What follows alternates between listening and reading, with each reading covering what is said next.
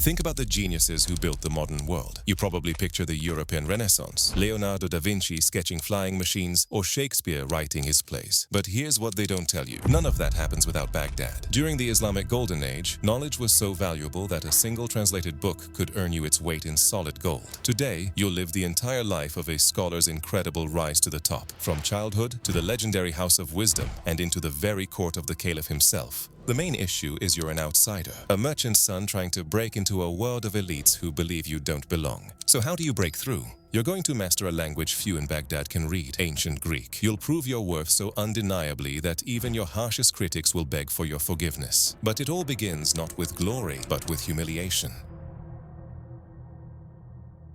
You're born in 809 CE in Al-Hira, a small trading town in the south-central part of modern-day Iraq. The Islamic Golden Age is in full swing, and Baghdad has become the intellectual center of the world. You were raised as an Nestorian Christian and live a modest but decent life. As a quick-witted and curious young boy, you master Arabic and Syriac with ease. Eventually, you set your sights on one of the highest forms of education, medicine. Your teen self makes your way to Baghdad to join the study circle of its most famous physician, Yuhanna ibn Masawayh. But you run into your first problem. Medicine is reserved for those with the right connections. Your father was no physician. Some say he was a pharmacist, others a jeweler. Either way, established physicians believe their profession is no place for a merchant's son. To make matters worse, your enthusiasm for learning isn't welcome.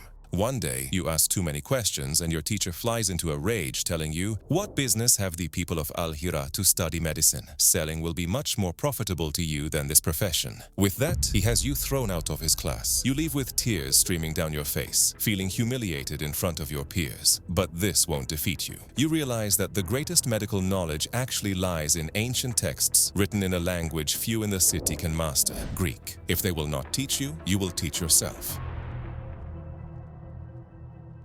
For the next 2 years, you travel into Byzantine lands to devote yourself to mastering Greek. Soon, you are translating the difficult medical writings of Hippocrates and Galen, and your skill earns the praise of another great physician. With your confidence built, you devise a plan for the ultimate vindication.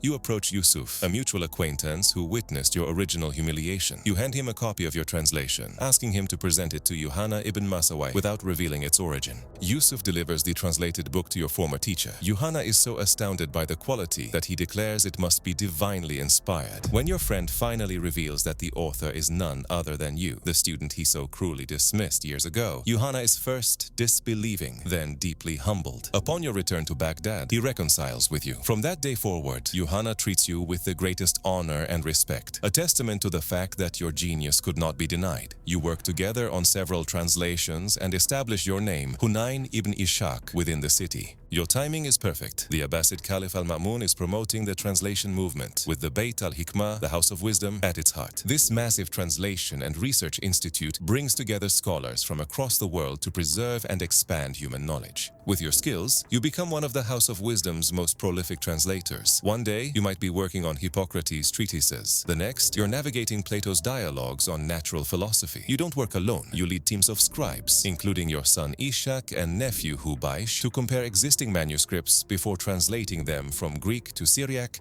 then to Arabic. Unlike most translators, you don't simply convert words from one language to another. You ensured everything was interpreted correctly and proofread. For the best understanding, you employed the question and answer format that allowed readers to learn along. You create detailed glossaries and summaries of medical terminology, establishing Arabic equivalents for Greek concepts that will be used for centuries. Of all the ancient authors you translate, you like Galen the most. He's one of the most accomplished Greek medical researchers, and you've dedicated yourself to recovering and translating his works. Once you travel as far as Syria, Palestine, Egypt, and even Byzantine lands, just to get your hands on a rare manuscript of his. Unfortunately, all your effort proves partially in vain, and you only find half of what you're looking for in Damascus. Even so, the sheer quality of the work you bring back to Baghdad is so exceptional that your reputation soars. People wonder, how much could a scholar like you possibly earn? Your first great patron, Caliph Al-Ma'mun, gives you a direct answer. For every book you translate, he pays you its weight in gold. What you don't tell the Caliph, though, is that your scribe intentionally writes with thick lines widely spaced, meaning the books are quite heavy. The heavier the book, the heavier the purse for you and your team.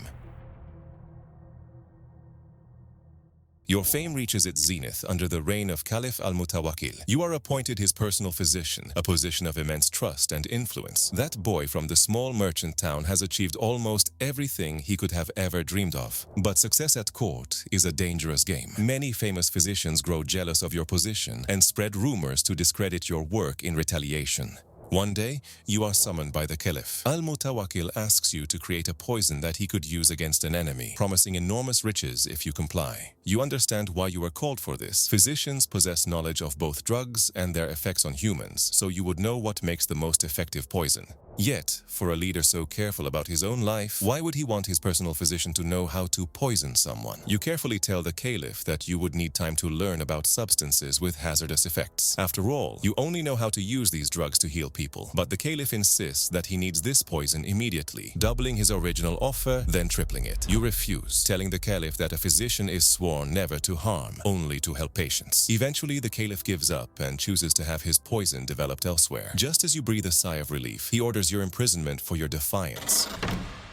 After a year, you're summoned by the caliph again. You notice that he has brought an arsenal of items, some money, and a sword for executions. He offers you one last chance. What I told you before must be done without fail. If you agree, this money will be yours, and I promise to give you much more. But if you refuse, you will die a most abominable death. All that time in prison has only strengthened your resolve. You refuse again, and you are sentenced to death. But you have no fear and tell him firmly, I have a God who will avenge me when the time comes, at the great muster. If the emir of the faithful chooses to harm himself, let him do so. Upon your response, Al-Mutawakkil lowers his blade. He reveals it was all an elaborate test of your character. Now that you've proven your integrity, he rewards you by restoring your honor and paying you handsomely.